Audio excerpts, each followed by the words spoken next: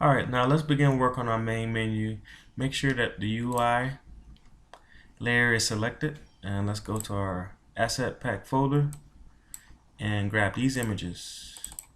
We need hunger, croc, and frenzy, and then we just drag onto our layout. You don't have to position them the way that I have it. You can position it any kind of way, but this is the way I'm going to do it. Now we need to import the play button. Just drag it inside our project. We need to make sure that our play button has a perfect box collision. So in order to do that, let's double click on play and make sure that the set collision polygon button is selected. We need to delete these 4 boxes here, as you can see. Delete, and we need to drag these 4 boxes out as far as we can go. The reason why I did this, so when we start to play our game on a mobile device, it'll be easy to tap the button to play our game. Now let's go ahead and save our game real quick. Double click outside the layout, type in touch. This will give our game touch access.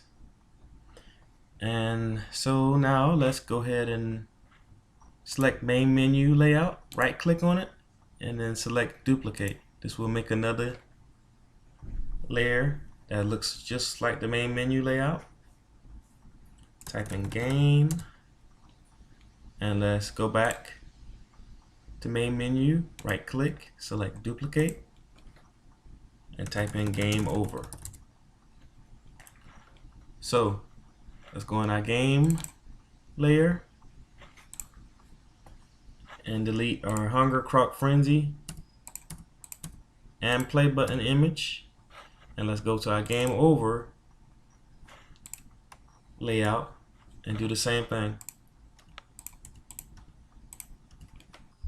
We want to make sure our game over and game layouts also have event sheets. So to do this, we right click on add event sheet, type in game, right click again, add event sheet, type in game over, and now we need to click this, right click, close all but this, and we need to make sure that our main menu layout is connected to our main menu event sheet, that our game layout is connected to our game event sheet, and our game over layout is connected to our game over event sheet.